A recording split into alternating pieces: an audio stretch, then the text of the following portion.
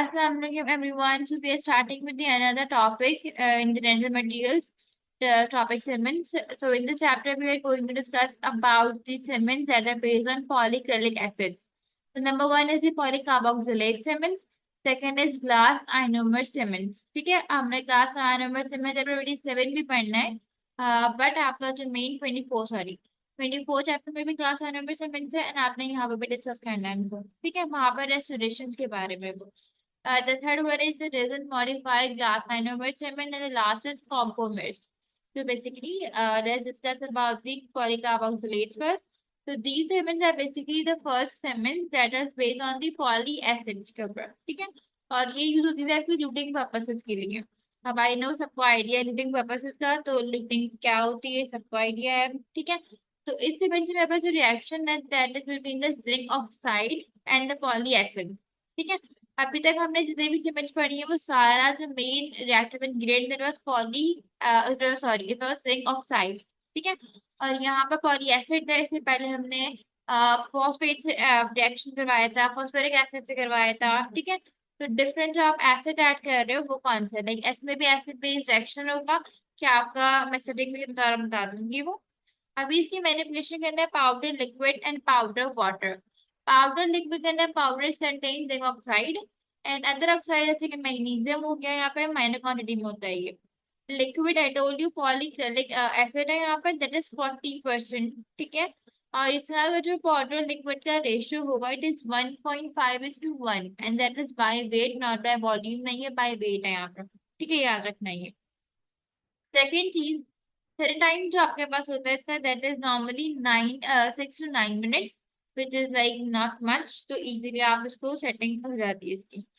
The one that is powder water form में जो है बेसिकली वहां पर क्या किया है हमने हमने अपने पाउडर के अंदर जिंक ऑक्साइड था उसी के अंदर हमने पॉलीक्रिलिक को ऐड किया है and that is in a form of freeze dried form, like powder polyacrylic का हमने पाउडर ऐड किया हुआ है वहां पे, बस पॉली लिक्विड के अंदर पॉलीक्रिलिक एसिड फिर लिक्विड। बट अगर पाउडर वाटर की बात करोगे तो पाउडर वाटर के अंदर बस पाउडर के अंदर ही आपने पॉलीक्रिलिक एसिड को ऐड कर दिया है, ठीक है। और आपका जो पाउडर मिक्स करेंगे विद वाटर के साथ तो इट लाइक डिसॉल्व हो जाएगा वो और आपको रिएक्शन करवा देगा विद जिंक ऑक्साइड्स, ठीक है। अब सिंस आई टोल्ड यू कि ये भी एसिड बेस्ड रिएक्शन है तो यहाँ पर आपका जिंक ऑक्साइड जो है react as a basic oxide के तौर पे and the acid that is your polyacrylic acid. तो आपके अल्टीमेटली रिजल्ट जो बनेगा that is a zinc oxide that is bound unrated zinc oxide that is bound together by the salt matrix, which is polychloric chain are crossed together with a divalent zinc ion. Basically what happens जिसके आपके पास zinc oxide है जो कि react कर रहा है पॉलीक्लोरिक acid के साथ और आपके पास है ना एक जिंक क्या कहते हैं जो बॉन्ड फॉर्म हो रहा है आपके पास that is in form of salt matrix, ठीक है। सॉल्ट मैट्रिक्स फॉर्म आपके पास है ना बॉन्ड केट होगा, सेटिंग जब हो जाएगी इसकी, ठीक है। अब इसकी प्रॉपर्टीज की बात की जाए तो बेसिकली जिंक ऑक्साइड सीमेंट की जो इनकी जो पॉलीकार्बोक्सिलेट की जो प्रॉपर्टीज है अर्ली स्ट्रेंथ इसकी ज्यादा होती है इसकी, ठीक है। तो वो स्ट्रेंथ ज्यादा है तो फिर इससे करेगा आपके मध्यम कंडेंसेशन को। आई टोल्ड यू बिफोर कि आपकी जब स्ट्रेंथ ज्यादा होगी तो वो आपकी स्ट्रेंथ जो है बेसिकली जब आप लुटिंग की तरफ यूज करो लाइनिंग की तरफ यूज करो तो आप रेस्टोरेशन मटेरियल आपका उस पर कंडेंस करोगे तो उसका मसला नहीं होगा, ठीक है। लुटिंग के पास भी प्रॉपर्टी है कि वो उसको विथस्टैंड कर लेगा मटेरियल, ठीक है, लुटिंग मटेरियल ऐसा होना चाहिए। तो इसकी जो strength is 80 mega pascal which is much, ठीक है, अच्छी स्ट्रेंथ है ये। पॉलीकार्बोक्सिल मटेरियल जो होते हैं बेसिकली यहाँ पर एसिड है लेकिन ये इतना ज्यादा एसिडिक एसिड नहीं है, ठीक है। अभी हमने फॉस्फोरिक एसिड से मैंने पढ़ी थी phosphoric acid it was irritant, ठीक है। बट यहाँ पर इरिटेंट क्यों नहीं है, बिकॉज दो वजह है इसकी, एक तो ये कि इसका जो एसिड है वो वीक है, ठीक है। और दूसरा कि इसका जो एसिड है दैट इज टू लार्ज, इसके जो मॉलिक्यूल्स होते हैं वो बहुत लार्ज होते हैं, वो पेनिट्रेट नहीं करते, ठीक है। जब पेनिट्रेट नहीं करेंगे जो उनके अंदर मोबिलिटी नहीं है तो बेसिकली वो रीच आउट नहीं होगा, जब रीच आउट नहीं होगा तो आपके पास आपका मटेरियल जो है बेसिकली वो ट्यूब्यूल्स में एंटर नहीं कर रहा, ट्यूब्यूल्स में एंटर करने की वजह से वो इरिटेशन कॉज नहीं कर पा रहा, ठीक है। तो ये वाली बात याद रखनी है कि पॉलीकार्बोक्सिलिक सीमेंट में जो पॉलीक्रिलिक एसिड है that is the weak acid और दूसरा इसकी मोबिलिटी भी नहीं है।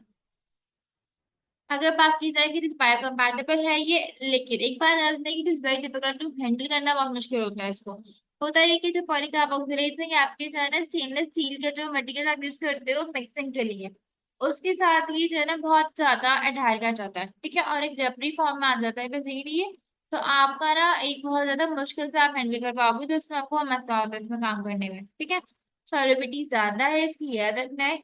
और दूसरी बात जो इम्पोर्टेंट है, द मटेरियल इज ओपेक, ठीक है। Why because it has a high concentration of unrated zinc oxide की वजह से, और उसी की वजह से इसकी जो अपेयरेंस आती है वो बहुत ज्यादा अच्छी नहीं आती है, अनएक्सेप्टेबल अपेयरेंस उसके अंदर होती है, ठीक है। Bonding is very important. यहाँ पर ये जो बॉन्ड बना रहे थे is form adhesive bond with enamel and dentin, तो ये हमने नहीं पढ़ा कि मतलब इसके अच्छे बॉन्ड बना रहा है ये, बाकी मटेरियल इतने अच्छे बॉन्ड ही बनाते हैं एनेमल एंड के साथ। बट आपका लूटिंग मटेरियल जो पॉलीकार्बोक्सिलेट्स है, ठीक है, ये क्या करते हैं बहुत अच्छा बॉन्ड बनाते हैं ये। गोल के साथ ये बॉन्ड नहीं बनाते, लाइक वीक बॉन्ड बनाते हैं ये, हम यूज नहीं करते इसको। और फोर्सिंग के साथ में बिल्कुल भी बॉन्ड नहीं बना रही है। तो गोल्ड एंड फोर्सिंग के साथ इनका बॉन्ड इतना अच्छा नहीं है, फोर्सिंग का बिल्कुल भी नहीं है, बट आपके एनामल के साथ बॉन्ड बना रहा है ये बॉन्ड बनाता है आपके पास with the porcelain fused to metal, not with the porcelain, ये बात याद रखनी है ये। और अभी मैंने कहा कि ये स्ट्रॉन्ग बॉन्ड बना रहे विद स्टेनलेस स्टील, और इसलिए हम इसको अटैचमेंट बैंड्स जो आपके ऑर्थोनेटिक बैंड्स हैं, जो जो ब्रैकेट्स होते हैं बेसिकली, ये देखो इनको अटैच करने का यूज करते हैं। It form a strong bond in the bracket और तुद के बीच में बॉन्ड बनेगा आपका ये, ठीक है। तो पॉलीकार्बोक्सिलेट जो सीमेंट है बेसिकली वो इसके अंदर भी बहुत ज्यादा यूज होती है वो, ठीक है। एक और चीज जो बहुत इंपॉर्टेंट है यहाँ पर वो ये कि अगर आपने इसको लाइक जो है ना क्या कहते हैं, आपने इसका बॉन्ड आपने जो है ना अगर आपने बहुत देर तक रखा है इसको, तो क्या करेगा ये एक परमानेंट बॉन्ड फॉर्म कर लेगा ये। तो परमानेंट बॉन्ड तो नहीं बनाना, हमने ब्रैकेट से कहा नेम टाइम बाद में आके, ठीक है। तो आपने इसका टाइम फ्रेम देखना पड़ेगा, वरना अगर आपने बहुत अच्छे से मटेरियल यूज किया बहुत ज्यादा इंस्ट्रूमेंट वगैरह के ऊपर, तो ये परसिस्टेंट बॉन्ड बना लेगा ये। तो हमने वो चीज देखनी होती है, ये ड्रॉबैक है इसका, बट ये सेंस जब आप बॉन्ड करता है इस दिन ये मुश्किल हैंडल करना इसको मुश्किल है, ठीक है। एप्लीकेशन की बात करो तो बेसिकली ये आपका रूटिंग के लिए यूज हो रहा है for attaching crowns bridge and inlays, ठीक है। As a cavity based liner भी होता है ये, और अल्टरनेटिव बैंड में भी यूज हो रहा है ये। तो सबकी यूज ऑलमोस्ट सेम है कि लूटिंग के लिए आता है, लाइनिंग कैविटी बेस से, और अल्टरनेटिव बैंड्स के लिए। बट यहाँ पर जो मेन एम्फेसाइज रखना है कि जो पॉलीकार्बोक्सिलेट्स एमएनसी वो चेन से बहुत ज्यादा एडहायर कर रही है, तो इनका जो बॉन्ड है कंपैरेटिवली टू अदर सीमेंट्स बहुत स्ट्रॉन्गर बॉन्ड बनाएंगे ये, ठीक है। अच्छा, the second cement that we have is the glass ionomer cements. Glass ionomer हमें रेस्पिरेटिव मटेरियल भी होते हैं एज आई टोल्ड यू। तो उसकी टाइप्स होती हैं बहुत सारी ग्लास आइनोमर रेस्पिरेशन मटेरियल की। तो यहाँ पर जो जेआईसी यूज हो रहा है जो आपकी लूटिंग लाइनिंग के लिए आ रहा है, that is type 1 and type 2, ठीक है, याद रखना है ये। दूसरा मसला ये था कि कॉम्पोजिट किचन जो है बेसिकली इसकी रेस्पिरेटिव मटेरियल की वो बिल्कुल सेम है इसकी, लाइक आपका जो रेस्पिरेटर में यूज करना है रेस्पिरेशन के लिए, फिलिंग के लिए जो आप यूज करोगे, और जो आप रूटिंग कराने के लिए यूज कर रहे हो, वो दोनों की दोनों सेम है। बट डिफरेंस यहाँ पर ये आ जाता है कि जो आपका लूटिंग लाइनिंग के लिए है उसकी जो पार्टिकल्स हैं basically they are smaller in size as compare to respiration के लिए जो आप यूज कर रहे हो, ठीक है। तो क्या करेंगे जब साइज कम होगा तो एक थिन सी थिकनेस में डालेंगे वो, तो जब एक थिन लेयर बन जाएगी तो ऐसा लूटने या लाइनिंग के तौर पे आपको इजीली आप हैंडल कर सकते हो इसको, ठीक है। इसीलिए बस ये डिफरेंस है आपका लूटिंग जेआईसी के अंदर, लाइनिंग जेआईसी के अंदर, एंड योर रेस्पिरेटिव या जो फिलिंग का जेआईसी उसके अंदर, ठीक है। ये जो जीआईसी का बॉन्ड और स्ट्रॉन्गर है, पर कार्बन से ज्यादा स्ट्रॉन्गर, इसकी स्ट्रेंथ 130 मेगा पास्कल होती है। और देयरफॉर ये भी आपका अमेरिकन को कंडेंस करेगा, लाइक प्रेशर को प्रेजेंट कर लेगा इजी, ठीक है। जो मोस्ट इंपॉर्टेंट यूज है जीआईसी का that is the sandwich technique. अब सैंडविच टेक्निक क्या होती है, बेसिकली आपने करना ये होता है कि आपका अमेरिकन और जब भी कॉम्पोजिट के बीच में लाइक आपने जो है ना आपका क्या कहते हैं जीआईसी यूज होता है, या तो आप अमेरिकन यूज कर रहे हो तो आप कॉम्पोजिट यूज कर रहे हो। तो जैसे क्या करते हैं सैंडविच चटनी फॉर्म कर लेता है ये एज अ लाइनिंग के लिए, ठीक है, ये याद रखना है ये बहुत इंपॉर्टेंट है। Next one is basically glass ionomer cement less soluble than polycarbonate, इससे एडवांटेज है ये पॉलीकार्बोनेट की सॉल्युबिलिटी ज्यादा थी, इसकी सॉल्युबिलिटी कम है, ठीक है। लेकिन यहाँ पर सॉल्युबिलिटी जो होती है बेसिकली वो मॉइस्चर की वजह से बहुत ज्यादा इफेक्ट होती है, ठीक है। आपका जो मॉइस्चर है आपके ऑब्वियसली ओरल कैविटी के अंदर मॉइस्चर बहुत ज्यादा होता है नॉर्मली भी, तो आपके पास सॉलिबिलिटी ज्यादा इफेक्ट होगी, सॉलिबिलिटी बढ़ जाएगी उसकी वजह से। तो what you have to do कि जब आप अपना यूज कर रहे हो जब आप इसको जीआईसी को, तो आपने एक वार्निश की लेयर अप्लाई करनी है।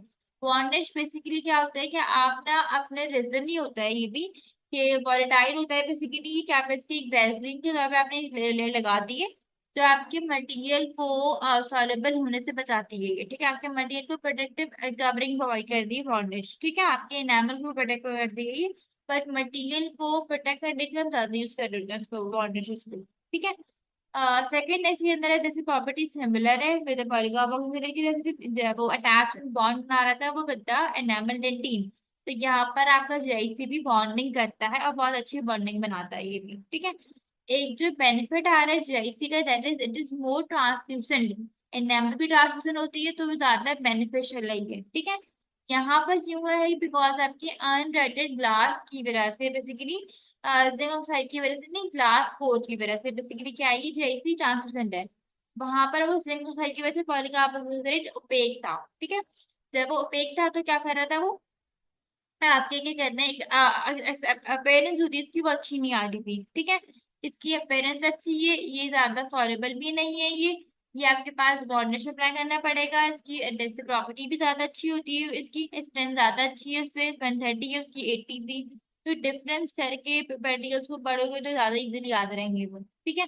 अगेन बात आ गई कि अभी जैसी भी जो है वो ऑर्गेनिक बैंड यूज होता है फॉर द अटैचमेंट के लिए, और दूसरा इसका मोस्ट इम्पॉर्टेंट जो रोल है जेआईसी का वो यही है कि इसके अंदर होता है फ्लोराइड रिलीज, ठीक है। तो यहाँ पर क्या करेगा, अगर आपकी स्पेसिफिकली अगर बात कर रही हूँ, ऑर्थोडोंटिक बैंड्स लगे हुए हैं पेशेंट को, ठीक है, और वहां पर मैं ऐसा मटेरियल जैसे बता पे अप्लाई कर रही हूँ जो कि फ्लोराइड रिलीज कर रहा होगा, तो ऑब्वियसली पेशेंट की जो ओरल कंडीशन है, जो ओरल एनवायरनमेंट है उसको प्रोटेक्ट करेगा, पेशेंट की हाइजीन मेंटेन रहेगी, पेशेंट की ओरल हेल्थ अच्छी रहेगी, क्यों, क्योंकि आपका फ्लोराइड जो है कैरी से प्रिवेंट कर रहा होगा, जब कैरी से ही होगी, क्योंकि ऑब्वियसली सी बात है जब बैंड होगा तो आपको ब्रशिंग में वैसे ही मसला होता है पेशेंट को, ठीक है, तो कैरी चांसेस बहुत ज्यादा बढ़ जाते हैं। अगर ऑर्थोडोंटिक के आप कोई ब्रेसेस का पेशेंट होता है उसके अंदर आपके पास कैरी ज्यादा होती है, उनके अंदर प्लाक ज्यादा फॉर्मेट होता है, लेकिन अगर आप ऐसा सीमेंट या ऐसा मटेरियल यूज कर रहे हो उनके लिए जो उनके लिए बेनिफिशियल है, तो उनको क्या होगा, उसकी उनके ओरल कंडीशन अच्छी रहेगी, तो ये एक और बेनिफिट आ गया इसका, ठीक है। अच्छा, अगर बात की जाए कि थर्ड की provide ideal conditions to be used in orthodontic, दूसरी इंपॉर्टेंट बात ऑर्थोडोंटिक की स्पेसिफिकली उन्होंने बता दिया कि एक तो ये बॉन्डिंग अच्छी प्रोवाइड कर रहा है, ठीक है, दूसरा इसकी डी बॉन्डिंग पे अच्छी हो जाती है, लाइक इजीली रिमूव कर सकते हो आप इसको आसानी से, ऐसा मसला नहीं है कि आपकी जो एनामल या उसके ऊपर बहुत ज्यादा मसला नहीं करेगा ये, इजीली आप इसको जब आपको रिमूव करना होगा तो डी बॉन्डिंग में आप कर सकते हो, ठीक है, और आपका जो तो बेसिकली वो क्लीन अप हो जाएगा ट्रीटमेंट के बाद ही, और मोस्ट इम्पॉर्टेंट क्राइटेरिया इसका कर ही रहा है ये, तो ऑर्थोडोंटिक में अपने याद रखना है इसको, ठीक है। तो हमने जेआईसी कंसिडर कर लिया, पढ़ लिया भी, उसके अलावा पॉलीकार्बोक्सिलेज देखा है भी हमने, the last material that is the resin modified GIC. अब यहाँ पर ये जीआईसी ही है, ग्लास आइनोमर सीमेंट ही है, बट हमने रेजिन, रेजिन का मतलब होता है बेसिकली आपने एक कॉम्पोजिशन बना ली है, जहाँ पे भी रेजिन की बात है कि वहाँ कॉम्पोजिट्स की बात आती है, राइट, ठीक है, रेजिन बेसिकली कॉम्पोजिट्स है आपकी, कि आपने जीआईसी जो आपका टू ग्लास आइनोमर है उसमें आपने कॉम्पोजिशन ऐड कर दी, ठीक है।